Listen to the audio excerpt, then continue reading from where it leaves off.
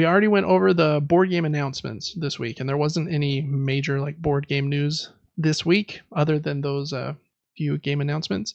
So we're going to hop right into crowdfunding corner. So many games in crowdfunding, it's hard to even keep up with all of them. This list we're going to go over is a pretty long list, and I even cut out like 7 games and pushed them to next week.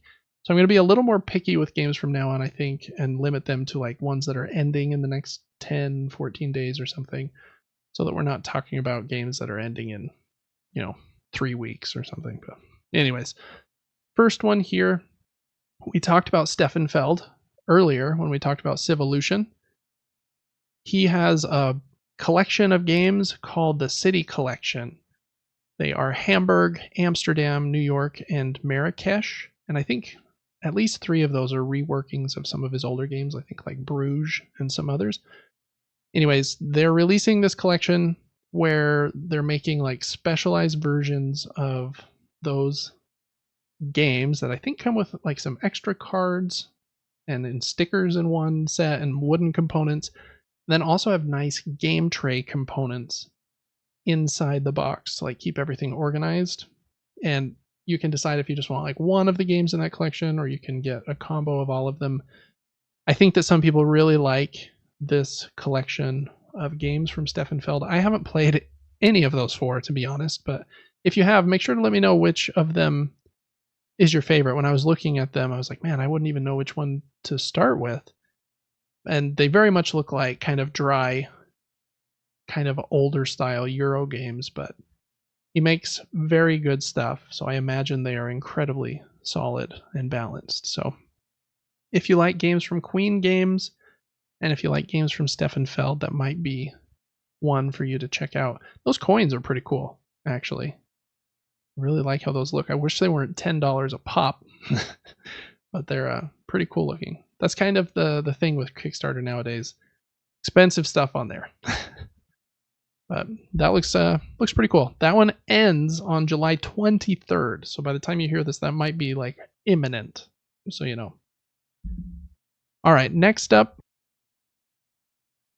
I had a little cough. Next up is Allplay's Kickstarter page. It has 7 days left, so it ends on the 25th.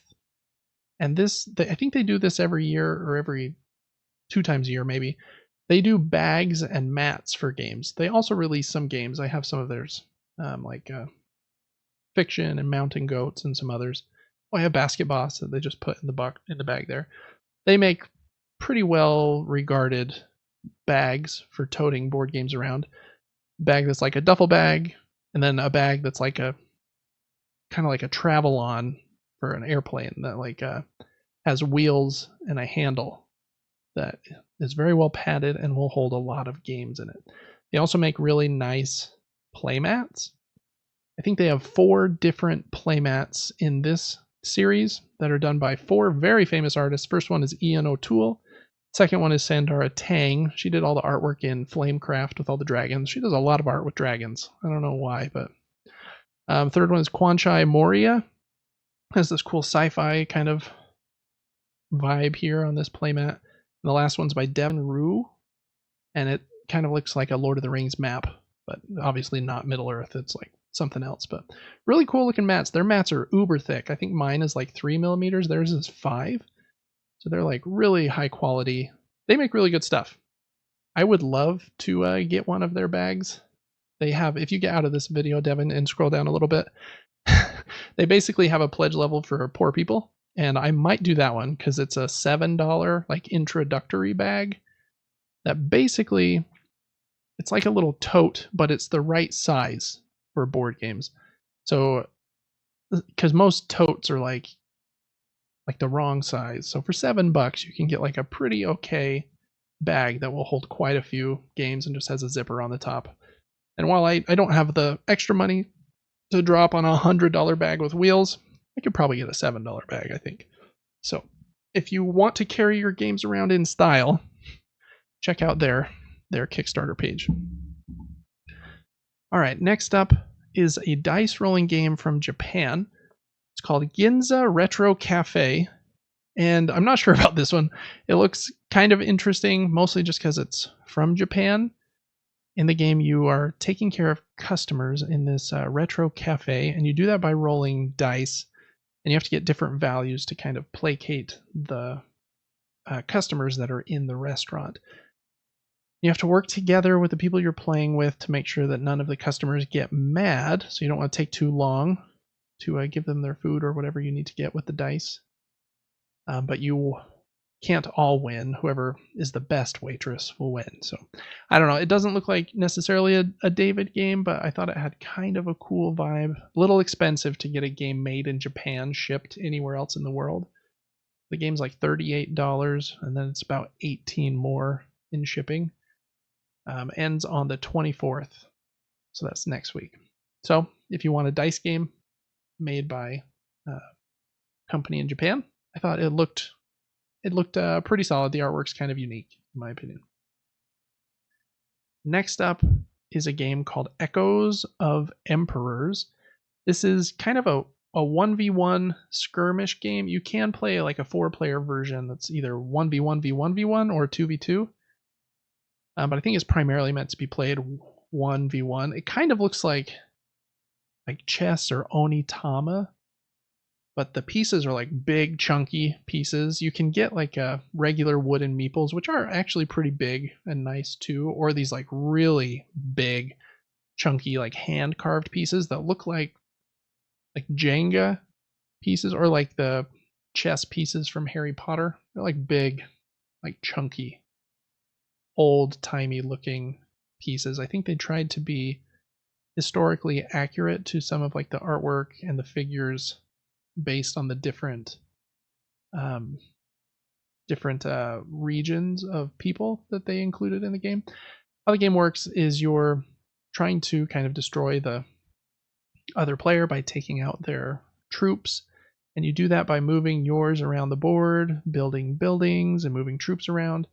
And your troops have different like strength levels that are shown on your cards. And so when you like perform combat, you compare like the troops that you're fighting.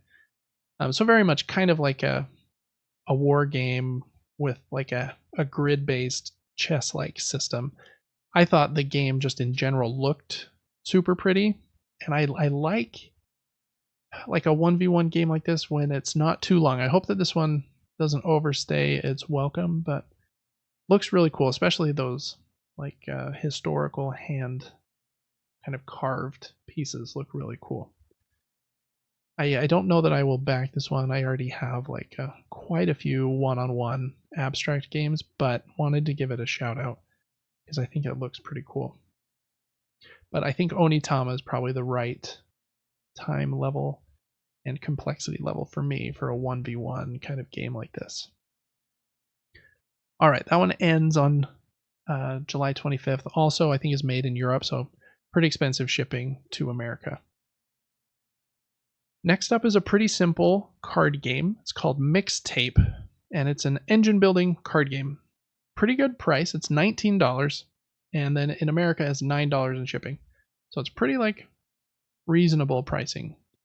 In this game, you are trying to make the best like mixtape, and you have a mixtape A and a mixtape B, and you put your cards out in different rows, in the A row or the B row, and the cards will do different things. They'll adjust the different levels on your little I don't know what that's called in real life, like the mix board, where like the volume level and the bass level and the mid and the treble knobs are. And so you're trying to just make the best mixtapes, and whoever does that the best wins. Looks like a pretty light and simple game, but you have some like options on each turn. You can listen to music, which just means to like draw a couple cards from the different decks, or you can discard or rearrange cards to adjust your mixtape. And at the beginning of the game, each player gets a card that dictates what their crush's favorite type of music is. So you're trying to make a mixtape that your crush would like, which is kind of a funny little kind of hook there. But I don't know, for the price point, I think it looks like it could be a pretty fun card game, and I think it looks colorful and fun. The pieces look fun. It's a small box, So if you're looking for a good little filler game, I haven't played it, obviously, but this could be a good one. It ends on July 28th, so you've got a little bit of time to look into that one if you want to see if it's for you. That is Mixtape. Next up is a game called Terrorscape, and this campaign specifically is called Terrorscape Putrefied Enmity, which is a weird set of words, but Terrorscape is a game that the Dice Tower really loved. I think they gave it a seal of excellence, which means the game is at least an 8.5 out of 10 for them. And in this game, one player plays like a horror movie killer, and the other three play victims trying to escape from that person. Kind of gives me Dead by Daylight vibes a little bit too. So it's a hidden movement game. When you're moving away from the killer, you can kind of hide from them. They don't know exactly where you're moving, and you have to move around to different areas of the map and do certain things, like try to pick up the phone to make an emergency call, or set traps, or do different things on the board.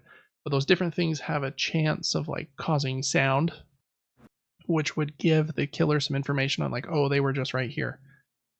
I have one game behind me called Mind Management that is a hidden movement game, and I'm really excited to try it because the idea is that one person is moving around the board, but you're not moving a piece. You're moving on a little drawing, a pad of paper that is hidden and only known to you. So nobody else knows where you're moving other than your pad of paper, and then they're trying to figure out based on clues and stuff where you are. Similar idea here, just with the horror kind of theme on top of it. This it's supposed to be really fun. I think it sounds like a fun idea.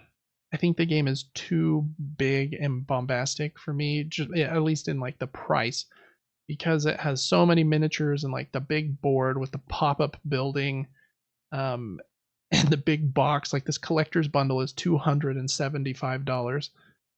It comes with the base game and the big collector's box and I don't even know, 100 miniatures and 5 expansions. But man, games are expensive. I could get I don't even know, 7, 8 games for that price. So it's hard for me to commit to a game that expensive. But it's supposed to be pretty solid.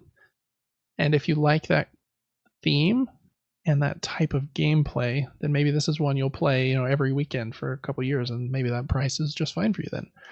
They do have some cool pieces. This section is unfortunately sold out. They're Sundrop miniatures, but they show some foil cards a little farther down. The red portion of the card, I think is supposed to symbolize blood or something, is foil. I think a little further down, they even show it moving to show the foil kind of glistening. And they right there, those look really cool. But so some very pretty components in a game that I wish had a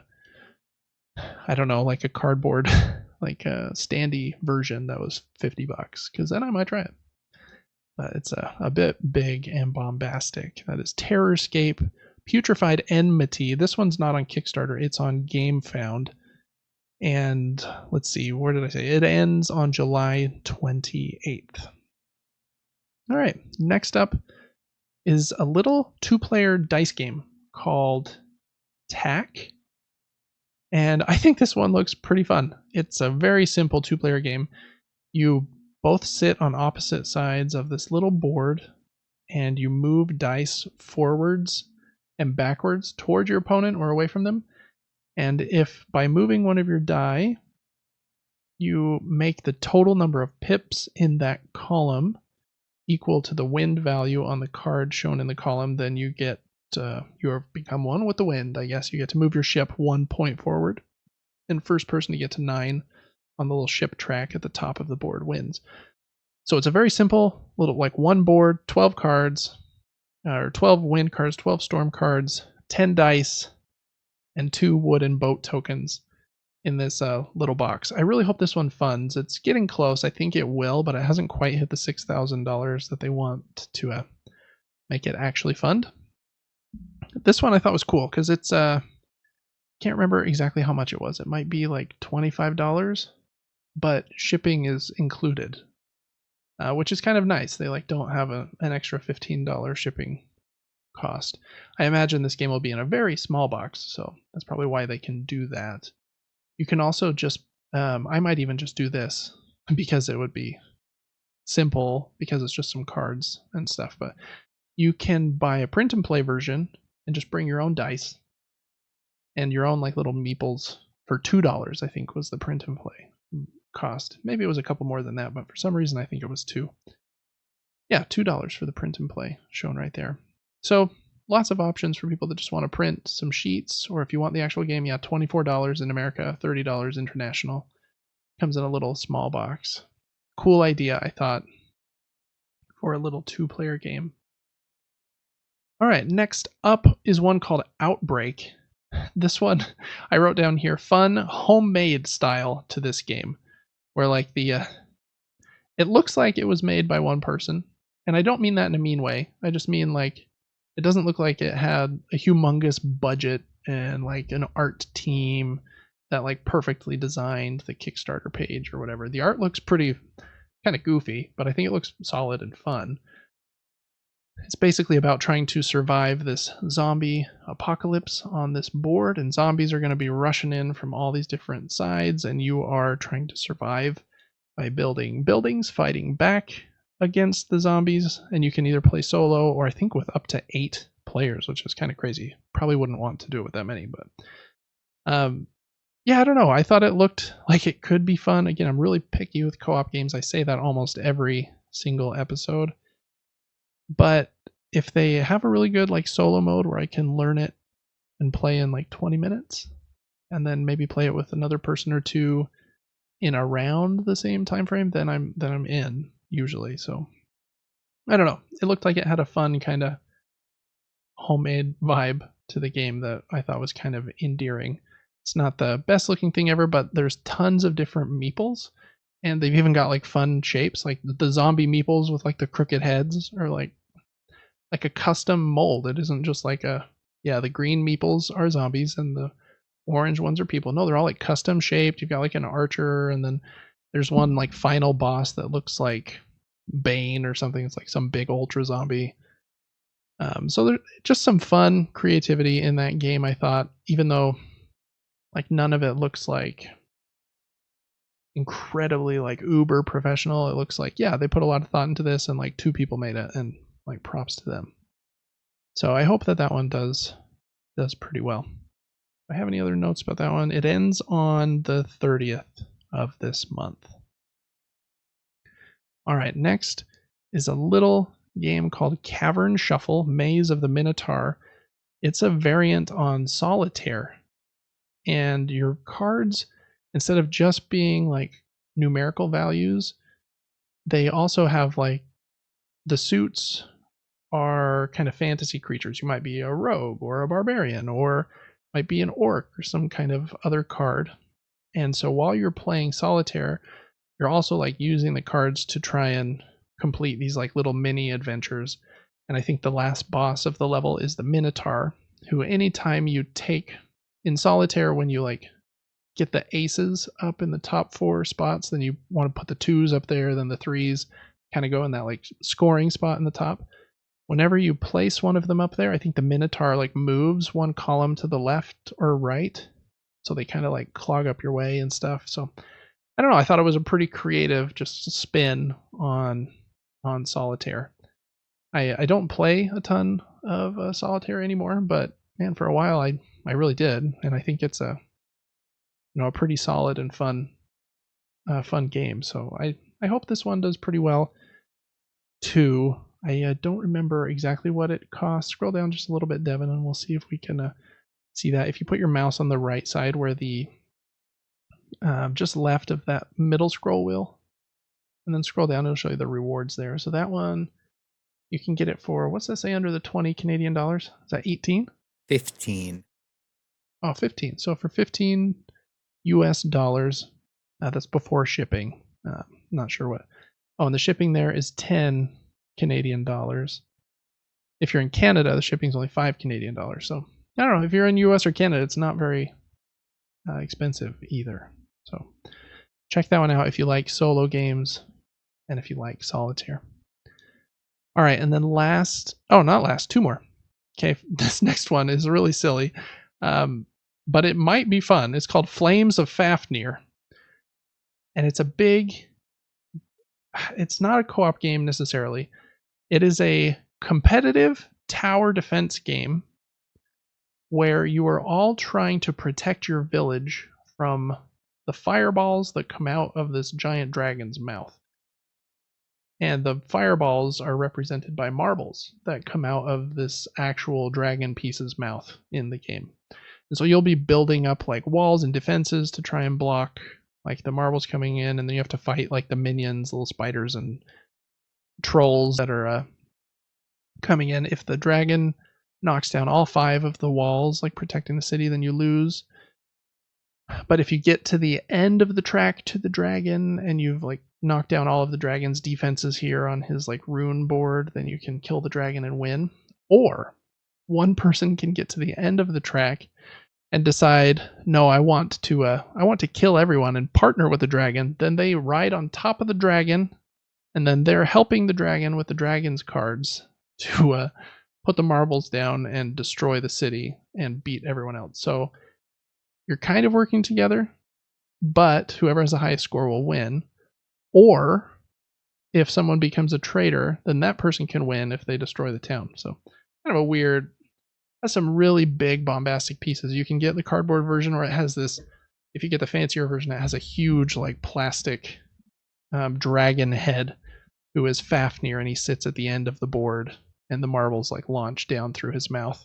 It's kind of a silly idea, but I thought, man, that is so unique. You don't see like a lot of games using something like that while also trying to be like a game not just for kids, right? This isn't just, I can't think of a good example, but this isn't just a marble track, or something. It's actually like a pretty, what seems like a competent game that has this like marble mechanism as the fireballs. And there's 2 expansions that come with it. One that adds like 2 or 3 different marble sizes and different dragons, and then another expansion that I think adds some different heroes maybe. But very unique looking game. Whether this game is also being published by Lucky Duck, who makes really good stuff. I don't think if it wasn't, I don't think I'd even like be interested in it at all. So I don't know. I'm kind of banking on them to be able to pull it off. But I could see, unless that dragon, like the marble thing is like perfectly optimized, this game could be way too like lucky and random and crazy. So hopefully they've like figured out how to make it pair well with the little bit of randomness of the marble coming out in real time out of this dragon's mouth with, okay, this is a fun game of me trying to get up to the dragon and destroy him, and build these walls to protect the city from the fireballs. Really weird, interesting idea. So not exactly sure how that one will land, but if that's intriguing to you, you have until July 30th on that one. And then last up for this week is DC Superheroes United. This is basically Marvel United, but with DC characters now and a couple of slight changes. So this is Marvel United is a very popular cooperative game where you work together as the different Marvel heroes and try to take down Marvel villains. Obviously, in the DC version, you're going to be playing as DC heroes trying to take down DC villains. The cool thing about this game is while you work together fighting the villain, I think on your turn you play 2 cards, and then the card you play second, the next player also gets to activate on their turn. So the card you played last, the next player gets to play first before they play their cards. So I think that's the coolest part of the game, is how you work together there with the cards. Other than that, it's pretty straightforward. You move around to different buildings in town, and you're trying to avoid damage from the villain. I have like one of the Marvel United packs with Spider-Man and a few other characters in it, and it's kind of fun. I played it with my wife and our kids once, and we'll probably play it a time or 2 again. I want to fight Green Goblin next time. But yeah, for people that really like Marvel United, I bet this one is going to be a slam dunk. I really like some of DC's characters, like Batman and Batman's villains are awesome. But then there's a bunch of DC characters that I'm like, who are you? Like even this main villain that they're showing with the 6 eyeballs. I had never seen that person before in my life. Have you seen that one, Devin? No, I have no idea what that is. This Yeah, Trigon? Trigon. Yeah, I don't even know what he's from. There's a lot of like properties over there that I don't feel like have. I mean, Marvel is like so just ubiquitous now. Everybody knows who Loki and Thor and Iron Man are, and most of the villains related to them. Where DC just hasn't reached that, and so that might be like a Green Lantern villain, and I just don't know. I have no idea. So, anyways, if you like Marvel United, you will probably really like this one. I'm guessing this will be a big deal. I think it already has more than $1 million in funding. If you scroll back up to the top, Devin, we can see that. But yeah, lots of content here. Yeah, a little over 1 million. It has 13 days left. Ends on July 31st. So check that one out if you like cooperative games based on superheroes or have played Marvel United. Okay, Devin, before we go into last call, of those 1, 2, 3, 4, 5, 6, 7, 8, 9, 10, 11 games, what was your pick of the week out of those ones? Ignoring the price, I'm going to say Terrorscape. Okay. The horror theme. The horror Gotcha there. theme and the little miniatures. Yeah. Yeah, they do look cool. I wish it was cheaper. I feel like games used to be less expensive, but now if a game has plastic miniatures, man, you're lucky if that thing's under $100. And like we mentioned with that, their all-in pledge was almost 300 there. Wow.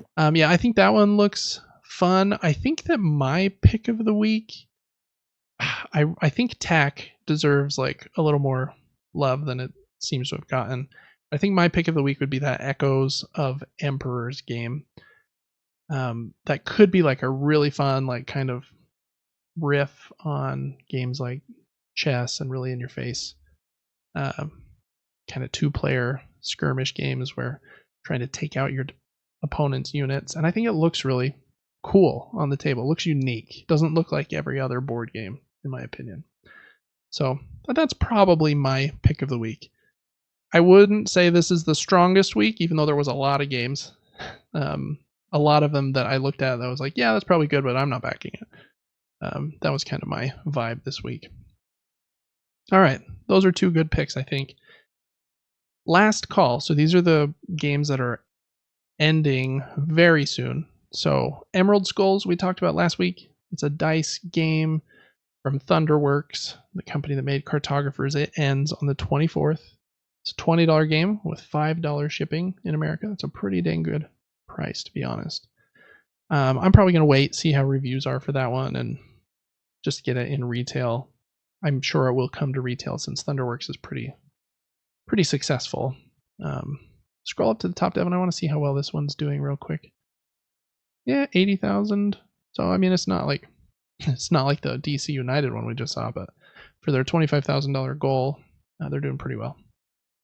Okay, Peaks was another one we talked about last week about climbing mountains, and you can kind of help each other out. So you want to kind of follow people around and have them like pull you up on their hikes. It has these cool pieces with flags, and you're planting them on all the mountains across the board that you are climbing. I don't know much more about the gameplay, but I think it visually looks pretty cool.